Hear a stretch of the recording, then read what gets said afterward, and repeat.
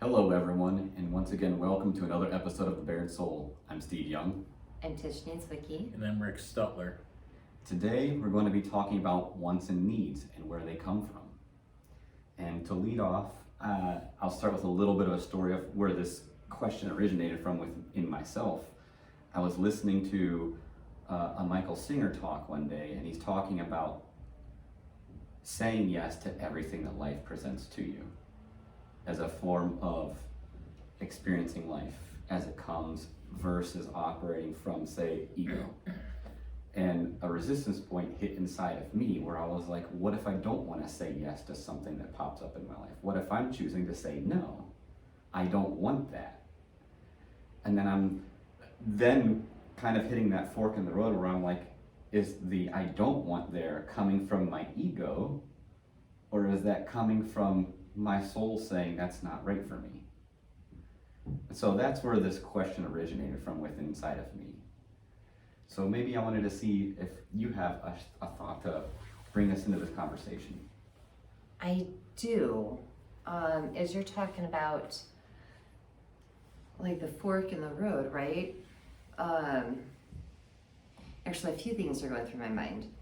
First of all, we're in the physical world, so depending on how often somebody's watching TV or are listening to the radio, different things are going to pop up. So I think it would be impossible to join everything, right? To do everything that we hear or see. That being said, the resistance part, I kind of feel like the conscious awareness, because then if we are consciously aware, then when something like that pops up, it's tapping into one's own energy. Is this really something? Am I just saying yes just because Michael Singer suggested that I do it? Mm-hmm. Or am I saying yes because this really feels good? But if you're getting a resistance, then asking yourself, is this of ego that I'm resisting this, or is this just something that I don't want to do?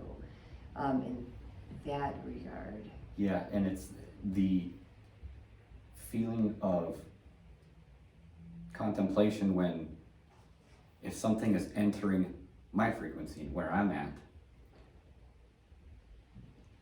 setting aside if there's like a fear-based feeling of no, resistance, like I don't want to do that, I don't want to step outside of my comfort zone, I'm not ready for this, the mind starts contemplating whether or not I should go through experiencing this anyways because it's being brought to me for a reason.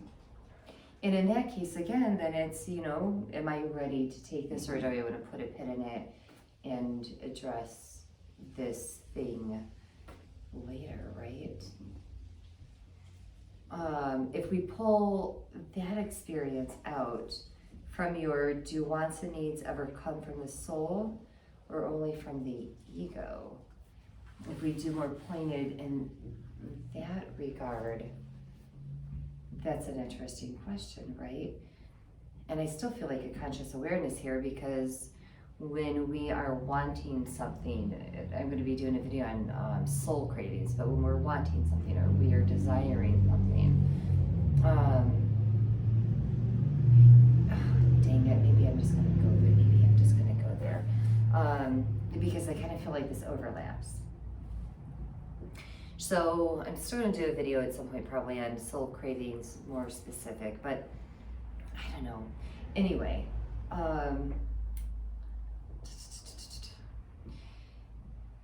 when the soul is craving something, it will seek what it is missing. Mm-hmm. So I liken this to, I analogize this to when the body is craving a nutrient, it will develop a craving. Oftentimes we're not even consciously aware. We go to the refrigerator, we open up the refrigerator, there are different things to eat, but the body's like, no, no, no. Until sometimes we'll just settle in on something, and other times we'll find where we're like, that's what I'm craving, right? Because it's just instinctual of the body to find what it's looking for. And I see this the same with the soul and its cravings. The difference, how I see this though too, is that the body is craving from an external source, whereas the soul, it's an internal source. So a want and need, we may be thinking, for example, I want a new job. I don't, because I love what I do. But maybe it's, I want a new job. Maybe that is actually for both purposes. For the physical body, because maybe somebody is really stressed at work, and so their body is physically feeling the stress. And also for the soul, because maybe the person feels oppressed or repressed or whatever word I'm looking for at work, you know what I mean? Mm-hmm. So maybe where it is both, if we're thinking even with a car, you know, I want a new car. How much, like, if that's where I feel like it may be more of ego saying, because I'm looking pretty good in my new car, right? Yeah. As opposed to it fits the needs that I have to be able to get from point A to point B. It's more of wanting that new smell, and so I guess it depends the purpose behind that want. Mm-hmm. And I feel needs are a little different, I think. And I feel, my opinion is that wants and needs can come from either place. They can come from the soul or they can come from the ego. I've seen and felt both. It's a matter of the alignment that you feel within when it comes from the soul. Much about the soul cravings that you're talking about. If the soul wants a specific thing in life, you feel a certain way inside. And when you align with that certain way, it really lights you up. So you're really driven to allow this thing to enter into your life.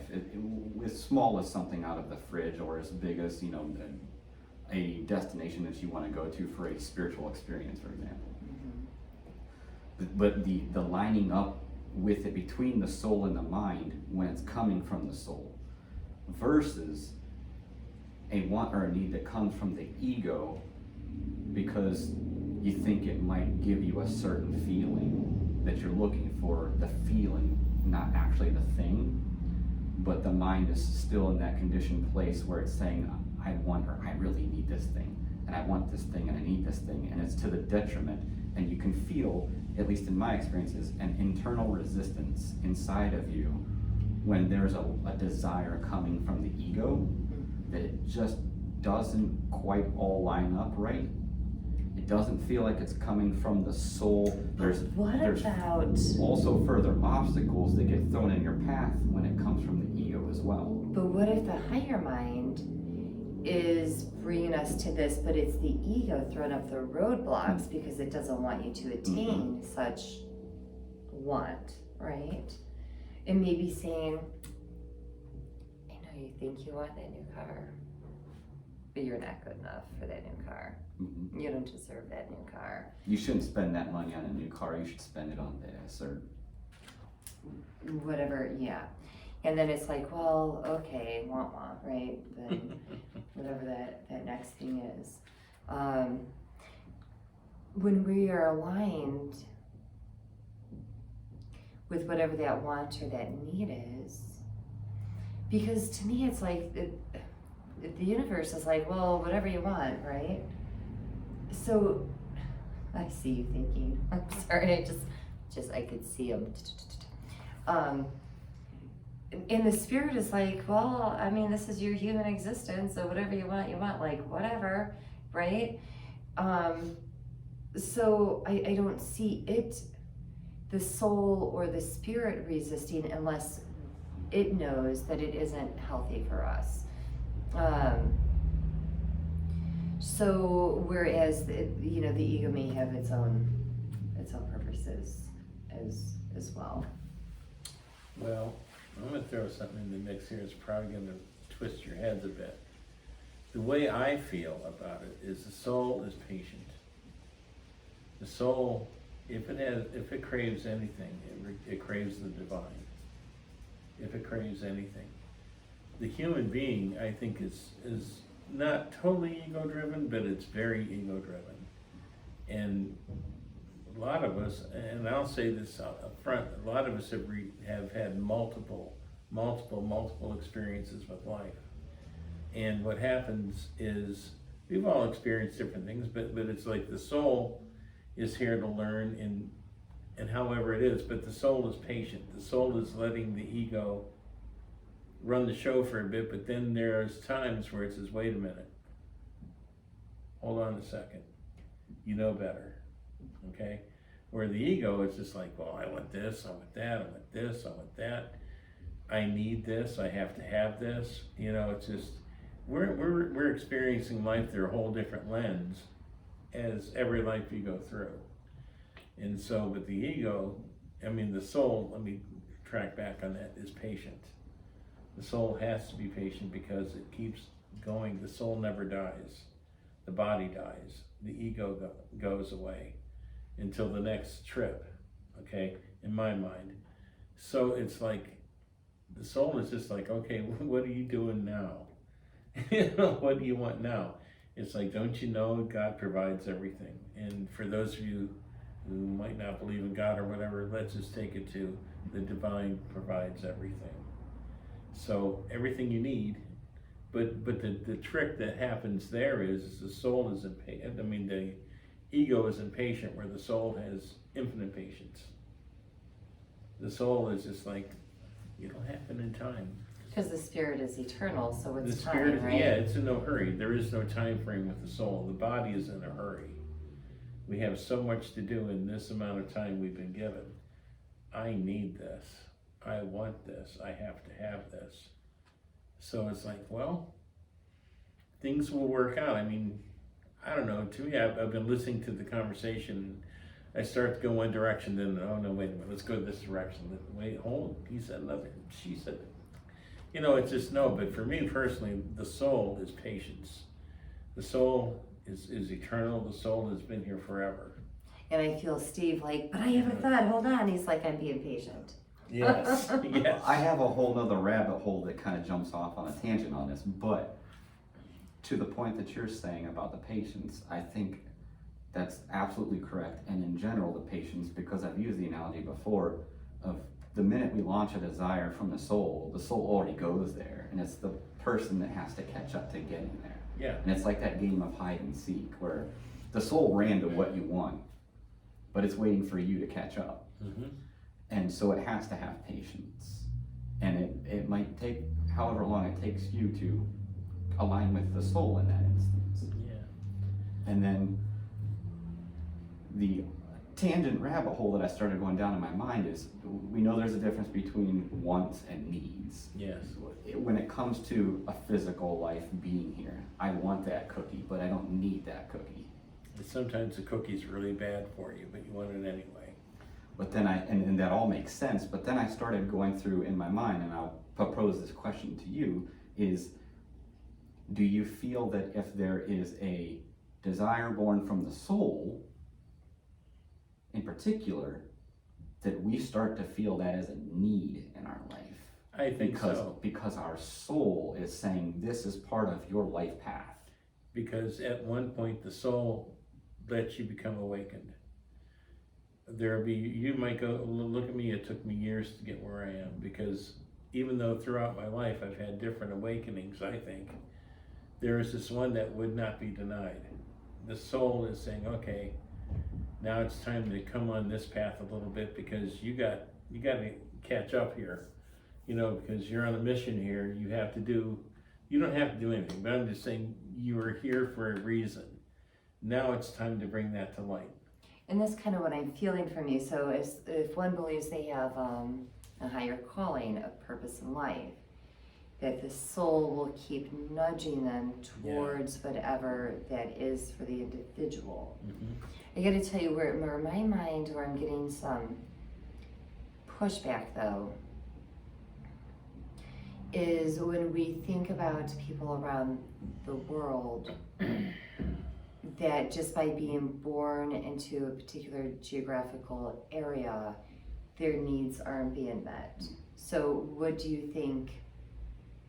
I mean, one, that kind of puts things in perspective, right? It does, yeah. But what do you say to somebody who was born into a region where those needs, just by virtue of them being born into that area, those needs.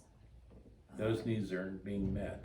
And so it's harder on them, I think, and I think it's more prevalent with them than it is with those of us who was born in a geographic area where things aren't so hard. You know, Well, there are people here in the United States that are Yes. born without their basic needs. Yes, met. this is true, but I'm just saying, that might be a part of their journey as far as experience. If you believe that you come down here to experience things, in this lifetime, they may come down, they might have said before they came down, I want to experience a life of happiness, or a life of poverty, or a life of wealth. And those people, you know, because it doesn't make sense, because we're all created equal. We're all human beings. I don't care what part of life you come from. You all want stuff. You all want the same things. You want love, you want security, you want happiness, and food, and water. Some people are denied that, which that might be their soul's experience, coming down to this lifetime to experience that, and then maybe the next lifetime they'll experience wealth, they'll experience unlimited happiness. All of it's still difficult to say to somebody who Oh, it is. isn't getting their basic needs Because met, they don't understand that. and that's assuming, you know, and I guess my sonar is out when we're doing videos like this, like listening to what the pushback would be, right? Where it's almost a blame the victim kind of mentality. So, and we don't know, right? I mean, we honestly don't know. It reminds me of Ecclesiastes, and we don't know what our lot in life is going to be. So, but then it also, because we do have, I mean, even with the recent Hurricane Ian, Mm-hmm. you know, we don't know who's going to be spared, who's going to be taken. We had a beautiful home. Now it's just it's Ruined. you know, yeah. So we never know how life is going to But be I for us. guess the only prize you can win with that, and you guys may not agree with what I'm about to say, in the end, your soul still wins. Well, the soul is eternal. Yeah, but I'm just saying, whatever you experience in life, how good or how bad or how indifferent it will be, and some people still today think this is their only time around.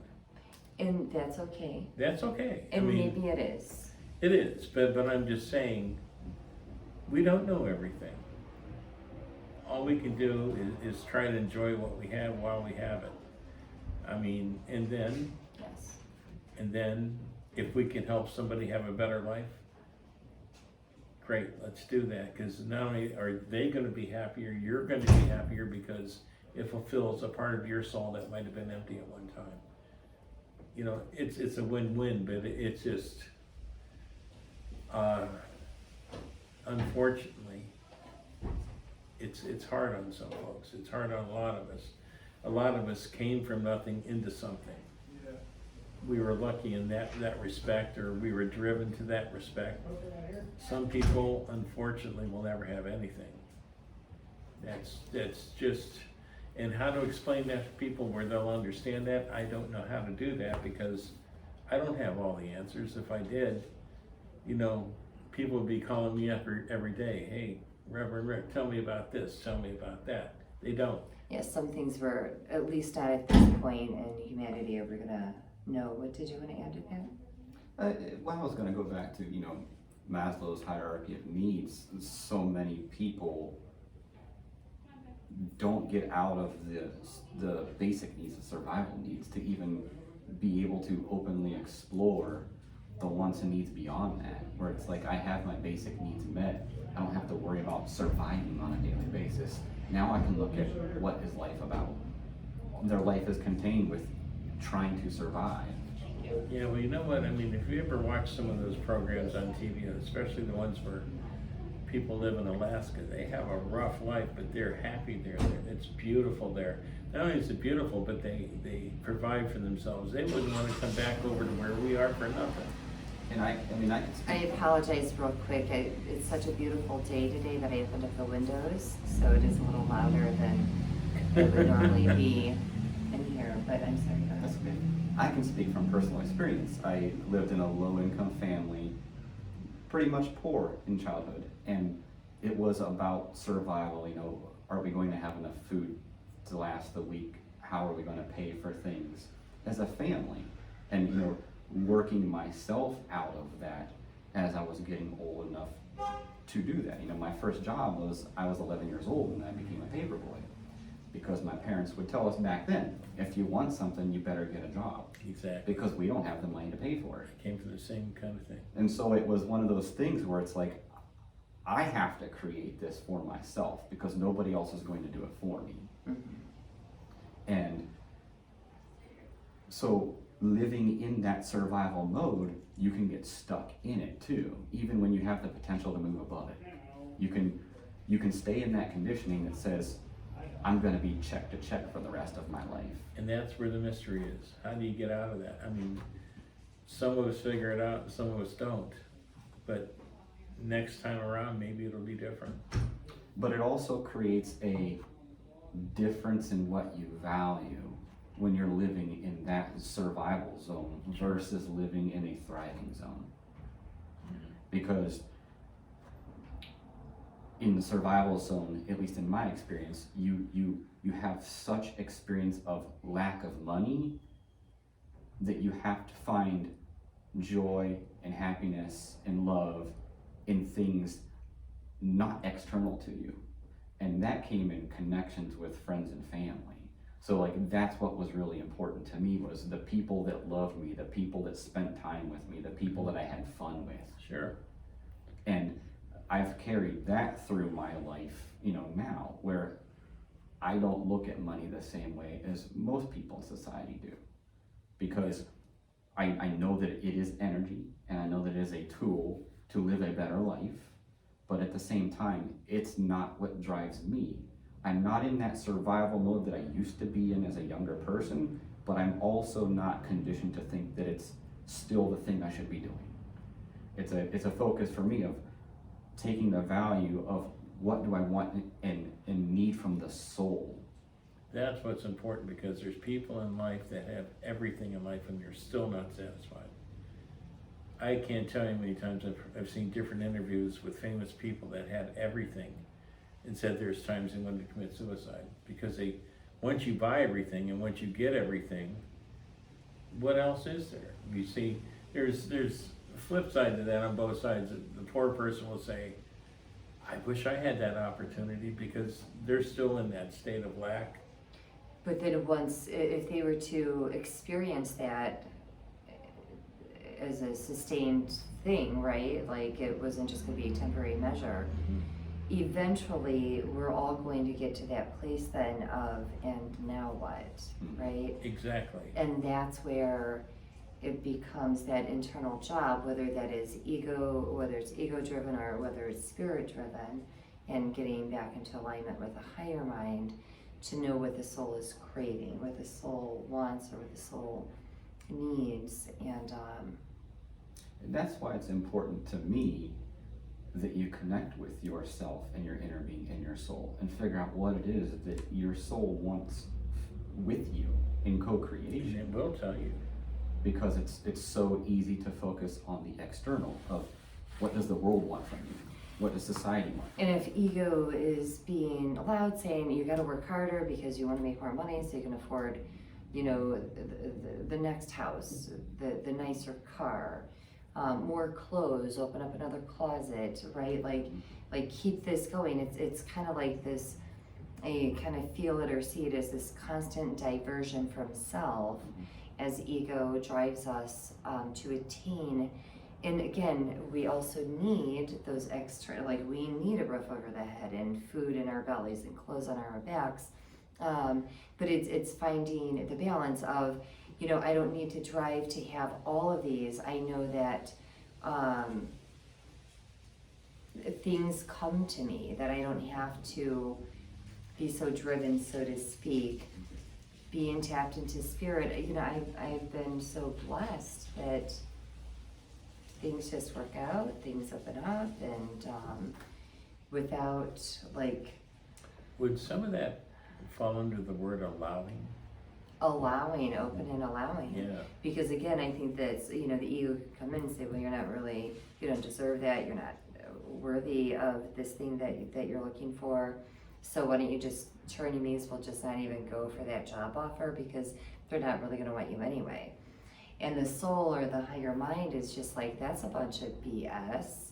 You know, its truth knows that, and maybe it is the truth. Maybe the truth is that you aren't gonna get the job, but maybe what was important for your soul or your spirit was to step out of your comfort zone, to understand and love and respect and honor yourself, that it's worth a shot to reach out to these other companies, because it's the work that I want to do, whatever it may be. Am I making sense? You are. Sure. And I think it's important to note that if you're always focusing externally without working with your soul, you are inevitably going to come to the point, no matter what you've collected and obtained in your life, of who am I? Because I have not been connecting with me for so long. Some never do. I have this house, I have these cars, I got married and had these kids, but I don't know who the hell I am. Mm-hmm. It's that I know for a lot of people they experience that as a midlife crisis, but it happens at any point in time during life, when it's really like the soul calling you back in and saying, work with me first. It was my late 20s going through the divorce of my first husband. It was as painful as it was, calling me inward. And sometimes, I almost hate to say this, but sometimes you have to go through an experience like that before the soul knocks on the door and says, hey, I'm here, I can help you. But I think that's the subtlety of the soul. Like, one soul or one spirit doesn't need to be loud and obnoxious like ego does. No. So we're not hearing it, because, I mean, I know before then I wasn't spending this kind of time going within. That situation forced me into doing what was the most painful work I'd ever done in my life, which was looking at my soul, until like I got into the work, and then it was like, oh, this is great, this isn't mine, I'm releasing that, and that's not mine. That kind of stuff was kind of fun, but and it helps to lighten the load, which is really wonderful too. I also think there's those times where if you keep ignoring the soul, the universe takes everything away from you. It does. It puts you in a white padded There's wall examples room. of that in the Bible. It puts you in a white padded wall room and says, now deal with yourself. And I feel like that with the Tower card too, like la la la, I'm not listening. And I was thinking saying the same thing, but I was trying to figure out how to word it. It's like sometimes, and you know, anybody who knows me knows I have these weird metaphors and all this other stuff. But it's sometimes the universe will club you over the head and say, hey, pay attention. But have the open-mindedness in that moment to know that that's from a place of love. Yeah, and not be bitter about it, because you know it's just that's one of the miracles of life that happens. That once you realize that that's happened to you, life's a whole lot easier. It makes me think of Garth Brooks' song, Unanswered Prayers. Yes. Sometimes I think after unanswered prayers. I feel this warm flush that comes through my body when I experience synchronicity, or I feel like I'm in alignment as we're talking about this, even in this moment, because as I said, it comes from a place of love. So many times people in those moments feel like God doesn't love me, the universe hates me, I can't stand this, why are you taking everything away from me that I want or need in my life? And God had nothing to do with it. And I would think that if it was from a place of hatred or anger coming from God or the universe or whatever, that they would not only take everything away from you, but you wouldn't be here anymore. No. You're being given a chance in that moment, an opportunity to reflect within from where you are and make the shifts inside of yourself. Blank canvas. Yes, while still being here. And a little bit of anger don't hurt, but don't dwell in it, don't sleep in it. But it's tough in the moment when it Yeah. feels as though you've lost everything around you. It's hard for most of us, I would argue, to see it from that higher perspective. Usually we need some type of time where we can look back, and that's the beauty, right, of hindsight. And that self-reflection and the realization that, oh my gosh, I can see the beauty in why this happened, as painful as it was. This came out of it. And also think about the key of what you just touched on is being forced to feel in that moment, in your body, for all of the stuff that you've avoided and put off and ignored so that you can focus on all these other external things. So the wisdom in that is feel it. Allow yourself to feel it. Feel it in the moment. Deal with things as they arise, as opposed to pushing off and masking and masking and masking. Because eventually, whether we can do it until we're on our deathbed, and even then still wanting to push, but at some point, we're going to be looking at those things one way or another. In my experience, and with working with spirit, is the more like things that accumulated in this lifetime, I want to release in this lifetime. I don't want to take it with me or onto the next lifetime, if one believes in lifetimes. You know, it was created here, I want to release it here. And well, let's kind of pull this together. So I'm going to go back to the beginning of this. Do wants and needs ever come from the soul, or do they only come from ego? And I think we answered I think so. that. So both. So pay attention, right? Three different perspectives here, and I think we're pretty much in line with it. Yeah, but I think the foundation, right? Sure. Be consciously aware. Is this resistance because it's pushing me out of my comfort zone, or is it because this just isn't my thing? You know, maybe I was meant to hear something to say to one of my friends, hey, there's this thing coming up. I'm not really interested, but that I may have been the intermediary for them to be like, oh my gosh, I've been waiting to find out about this thing, right? And so if you were to pick a key point of how do I know it's coming from my soul and not my ego, would we say that it's that consistent, gentle, niggle calling inside of you that does not go away, but does not impose fear or anxiety or any type of negative emotion like that on you? I think you nailed it. What he just said. What he just said. It's a consistent thing that doesn't go away over time, no matter how much you avoid it, or no matter how much you feel like, oh, that might just be my ego talking.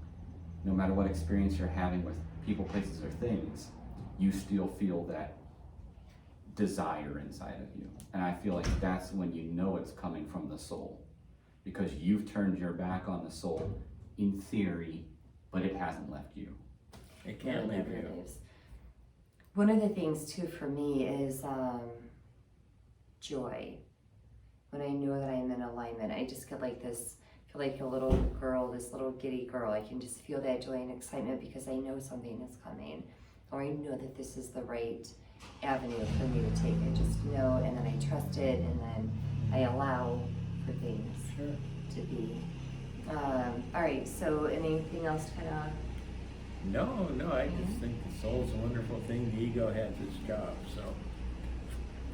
But like Steve said, the soul gives you gentle nudges, and like I said earlier, if you wait too long, it's gonna be a little bit harder, but it's through love. It's not, if you understood the divinity of your soul and what it's all really about, you would know that it is divine love. That's just all it is. I mean, sometimes it takes a little bit to figure it out, but once you got it down, it's like, okay, great. And maybe that's the question you ask yourself for any desire, want, need. Is it loving? Yeah. Because the soul never lets you down because it can't, because it's you. Mm-hmm. All right. There we have it. Yeah. Well, that wraps up this episode of The Bare Soul. We will see you again next time. Thank you. Thanks a lot. We'll see you later.